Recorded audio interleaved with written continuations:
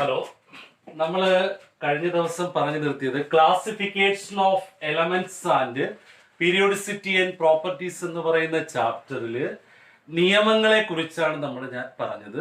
ആ നിയമങ്ങൾ നിങ്ങൾ വീട്ടിൽ പോയി നന്നായി പഠിക്കണം.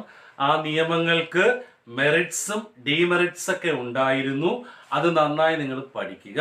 ഓക്കെ, ഇനി അതിനുശേഷം നമുക്ക് വരേണ്ടതെന്ന് പറഞ്ഞാൽ ഞാൻ പറഞ്ഞു, ഇനി നമ്മൾ മോഡേൺ പീരിയോഡിക് ടേബിളുമായി ബന്ധപ്പെട്ട കാര്യം, മോസ്ലിയുടെ മോഡേൺ പീരിയോഡിക് ടേബിളുമായി ബന്ധപ്പെട്ട കാര്യങ്ങളാണ് നമ്മൾ പഠിക്കാൻ പോകുന്നത്. മോഡേൺ പീരിയോഡിക് ടേബിളിൽ ഞാൻ പറഞ്ഞു ഗ്രൂപ്പ്സ്, പീരീഡ്, ബ്ലോക്ക്. എത്ര ഗ്രൂപ്പ്സാ? 18 ഗ്രൂപ്പുകളുണ്ട്, 7 പീരീഡ്സ് ഉണ്ട്, 4 ബ്ലോക്കുകളുണ്ട്. നമുക്ക് ഗ്രൂപ്പുകളെ കുറിച്ചൊന്ന് പരിചയപ്പെടാം അല്ലെ.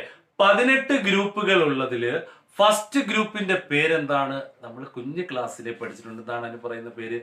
ആൽക്കലി മെറ്റൽസ് എന്നാണ് പറയുന്നത്. എന്താണ് പറയുന്ന പേര്?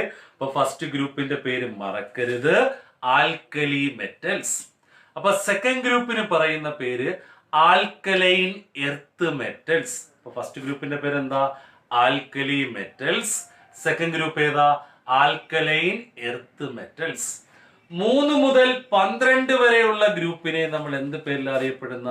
Transition metals. നമുക്കറിയാം, സംക്രമണ മൂലകങ്ങൾ. സംശയമില്ലല്ലോ. അപ്പൊ ഫസ്റ്റ് ഗ്രൂപ്പിന്റെ പേരെന്താ? ഫസ്റ്റ് ഗ്രൂപ്പിന്റെ പേര് ആൽക്കലി മെറ്റൽസ്. ഏതാണ്? ആൽക്കലി മെറ്റൽ, മറക്കരുത്. സെക്കൻഡ് ഗ്രൂപ്പിന്റെ പേരെന്താ? Alkaline earth metals. 3 മുതൽ 12 വരെയുള്ള ഗ്രൂപ്പിന് നമ്മൾ പറയുന്ന പേര് ട്രാൻസിഷൻ മെറ്റൽസ് അല്ലെങ്കിൽ സംക്രമണ മൂലകങ്ങൾ എന്നാണ് പറയുന്നത്. ഇനി 13ാമത്തെ ഗ്രൂപ്പിന് പറയുന്ന പേര് ബോറോൺ ഫാമിലി. 13ാമത്തെ ഗ്രൂപ്പിന്റെ പേരെന്താ? Boron family. 14ാമത്തെ ഗ്രൂപ്പിന് പറയുന്ന പേര് കാർബൺ ഫാമിലി. 14ാമത്തെ ഗ്രൂപ്പ് ഏതാ? Carbon family. 15ാമത്തെ ഗ്രൂപ്പിന് നൈട്രജൻ ഫാമിലി. 15ാമത്തെ ഗ്രൂപ്പ് ഏതാ? Nitrogen family. 16ാമത്തെ ഗ്രൂപ്പിന് ഓക്സിജൻ ഫാമിലി. 16ാമത്തെ ഗ്രൂപ്പ് ഏതാ? Oxygen family. 17ാമത്തെ ഗ്രൂപ്പിനെ നമ്മൾ വിളിക്കുന്ന പേര് ഹാലജൻസ്. ഏതാണ്? ഹാലജൻസ് ഫാമിലി എന്നാണ്. 18ാമത്തെ ഗ്രൂപ്പിന് നമുക്കറിയാം നോബൽ ഗ്യാസസ് അല്ലെങ്കിൽ അലസവാതകങ്ങൾ.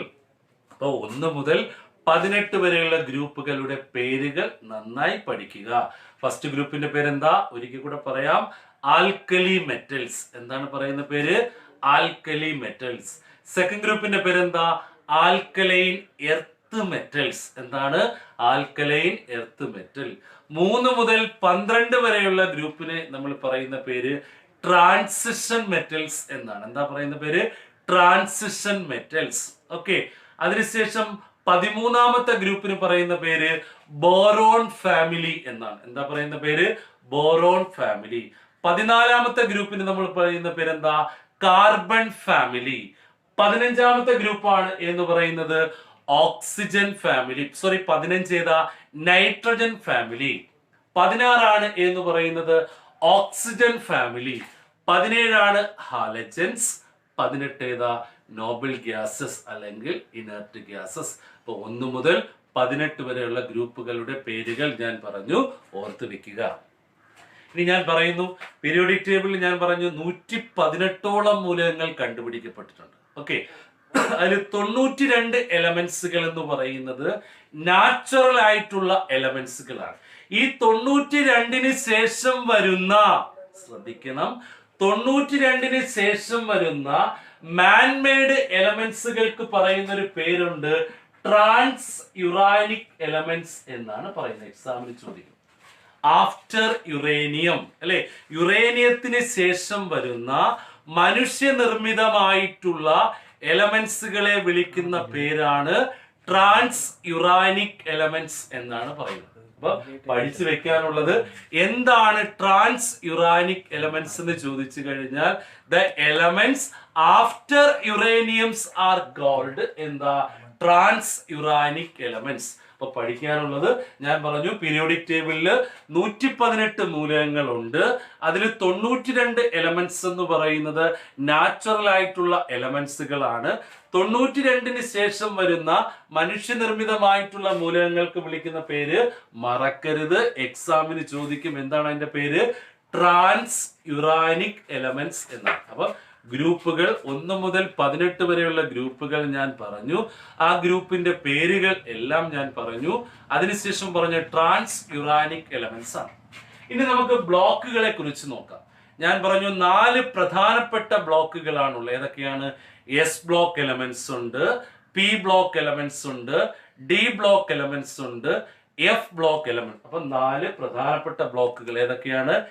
S, P, D and F. എന്താണ് എസ് ബ്ലോക്ക് എലമെന്റ്സ്? നിങ്ങൾ 10ാം ക്ലാസ്സിൽ പഠിച്ചിട്ടുണ്ട്. എന്താണ് എസ് ബ്ലോക്ക് എലമെന്റ്സ് എന്ന് ചോദിച്ചാൽ the elements in which the last electron enters the S subshell. ഒരു ഇലക്ട്രോണിക് കോൺഫിഗറേഷൻ എഴുതുമ്പോൾ ഏറ്റവും അവസാനം ഏത് സബ്ഷെല്ലിലാണോ അവസാനിക്കുന്നത് അതാണ് അതിന്റെ ബ്ലോക്ക് എന്ന് പറയുന്നത്. അപ്പോൾ എസ് ബ്ലോക്ക് എലമെന്റ്സ് എന്ന് പറഞ്ഞാൽ ഫോർ എക്സാമ്പിൾ ഞാനൊന്ന് ചെയ്ത് കാണിക്കാം.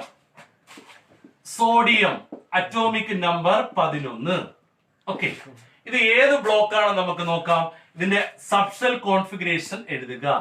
1s2, 2s2, 2p6, അടുത്ത ഏതാ 3s1. ഓക്കെ, ശരിയല്ലേടാ? 2, 4, 10, 1, 11. അപ്പൊ ഏറ്റവും അവസാനം ഏത് സബ്ഷെല്ലിലാണ് അവസാനിക്കുന്നത്? എസ് സബ്ഷെല്ലല്ലേ. അപ്പോ ഏറ്റവും അവസാനം ഏത് സബ്ഷെല്ലിലാണോ അവസാനിക്കുന്നത് അതിനെയാണ് നമ്മൾ എന്തെന്ന് പറയുന്നത്? എസ് ബ്ലോക്ക് എലമെന്റ്സ് എന്ന് പറയും. അപ്പൊ എന്താണ് എസ് ബ്ലോക്ക് എലമെന്റ്സ് എന്ന് മനസ്സിലായല്ലോ. എന്താ S block elements? The elements in which last electron enters the S subshell. ഒരു ഇലക്ട്രോണിക് കോൺഫിഗറേഷൻ എഴുതുമ്പോൾ ഏറ്റവും അവസാനം ഏത് സബ്ഷെല്ലിലാണോ അവസാനിക്കുന്നത് അതാണ് എസ് ബ്ലോക്ക്. ഞാൻ എക്സാമ്പിൾ എഴുതുന്നത് sodium atomic number 11. Electronic configuration എഴുതുമ്പോൾ എങ്ങനെ പറയാം? 1s2, 2s2, 2p6, 3s. ഏറ്റവും അവസാനം ഏത് സബ്ഷെല്ലിലാണ്? എസിലല്ലേ. അതുകൊണ്ടാണ് അതിന് ഏത് ബ്ലോക്ക് എന്ന് പറയുന്നത്? എസ് ബ്ലോക്ക് എന്ന് പറയും. അപ്പൊ എസ് ബ്ലോക്ക് എലമെന്റ്സിന്റെ general electronic configuration 1 word question ചോദിക്കും, പഠിക്കുക.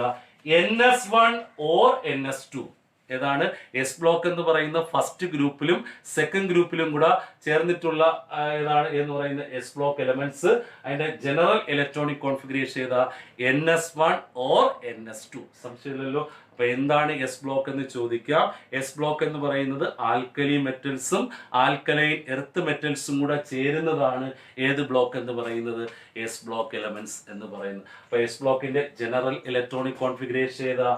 NS1 അല്ലെങ്കിൽ എന്താ? NS2. ക്ലിയർ ആയല്ലോ. ആദ്യത്തെ ബ്ലോക്ക് ക്ലിയർ ആയല്ലോ. ഇനി രണ്ടാമത്തെ ബ്ലോക്കിലേക്ക് നമുക്ക് പോവാം.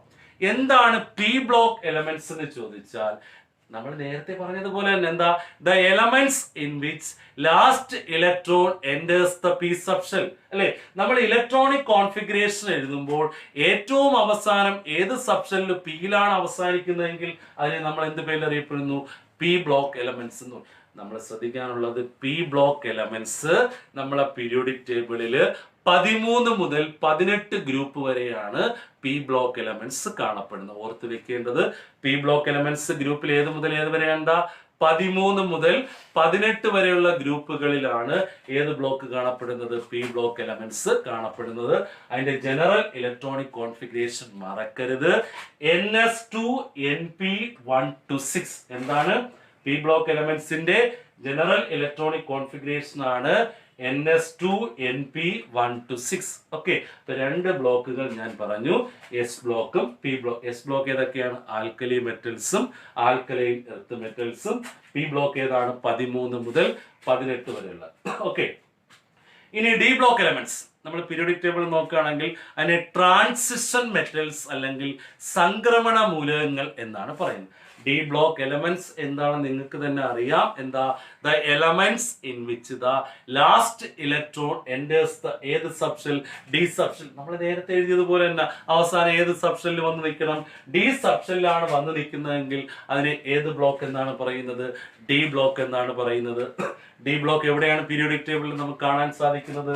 3 മുതൽ 12 വരെയുള്ള ഗ്രൂപ്പിലാണ് കാണാൻ സാധിക്കുന്നത്. ഓക്കെ, നമ്മൾ പീരിയോഡിക് ടേബിള് നമ്മൾ ഇങ്ങനെ വരയ്ക്കുകയാണെങ്കിൽ, ഓക്കെ ഞാൻ റഫായിട്ടൊന്ന് വരച്ച് കാണിക്കാം.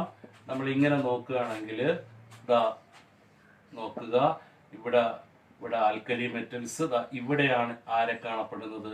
ട്രാൻസിഷൻ മെറ്റൽസിനെ നമുക്ക് കാണാൻ സാധിക്കും. പീരിയോഡിക് ടേബിൾ നോക്കുകയാണെങ്കിൽ ഇവിടെയുണ്ട് ആൽക്കലി മെറ്റൽസ്, ഈ മധ്യഭാഗത്താണ് ട്രാൻസിഷൻ മെറ്റൽസിനെ കാണാൻ സാധിക്കുന്നത്. ഓക്കെ, ഇവിടെയാണ് സംക്രമണ മൂലകങ്ങൾ വരുന്നത്. ഏതൊക്കെയാണ് സംക്രമണ മൂലകങ്ങൾ എന്നറിയാമോ? അതും കൂടി ഞാനൊന്ന് പറയാം. നോക്കുക, scandium, okay, titanium, vanadium, chromium, manganese, iron, cobalt, nickel, copper, zinc. ഓർത്ത് വെക്കുക, ഏതൊക്കെയാണ്? Scandium, titanium, vanadium, chromium, manganese, iron, cobalt, nickel, copper. നിങ്ങൾക്ക് അറിയാൻ വേണ്ടിയാണ്. ഇതൊരു പീരിയോഡിക് ടേബിൾ ആണെന്ന് ഇമാജിൻ ചെയ്യുക. വേണമെങ്കിൽ ഞാൻ ഒന്നുകൂടെ വരച്ച് കാണിക്കാം. ഇനി സംശയം ഉണ്ടെങ്കിൽ നോക്കുക. ഇങ്ങനെ വരയ്ക്കുക. ഓക്കെ,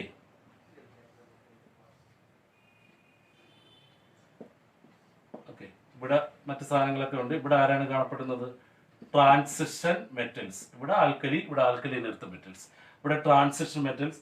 ഇതിന്റെ തൊട്ട് താഴെയാണ് ആരാണെന്ന് നിങ്ങൾക്ക് പറയാമോ? അവിടെയാണ് ഇന്നർ ട്രാൻസിഷൻ എലമെന്റ്സ്. അതാണ് എഫ് ബ്ലോക്ക്. ഓക്കെ, അപ്പൊ പീരിയോഡിക് ടേബിൾ ആണ്. ഇവിടെ ആൽക്കലി മെറ്റൽ, അവിടെ ആൽക്കലൈൻ എർത്ത് മെറ്റൽസ്, ഇവിടെ ട്രാൻസിഷൻ, തൊട്ട് താഴെ എന്താ? Inner transition elements. ഓക്കെ, അപ്പൊ പിടിയിട്ടല്ലോ. അപ്പൊ ഡി ബ്ലോക്ക് എലമെന്റ്സ് ഏത് ഗ്രൂപ്പ് മുതൽ?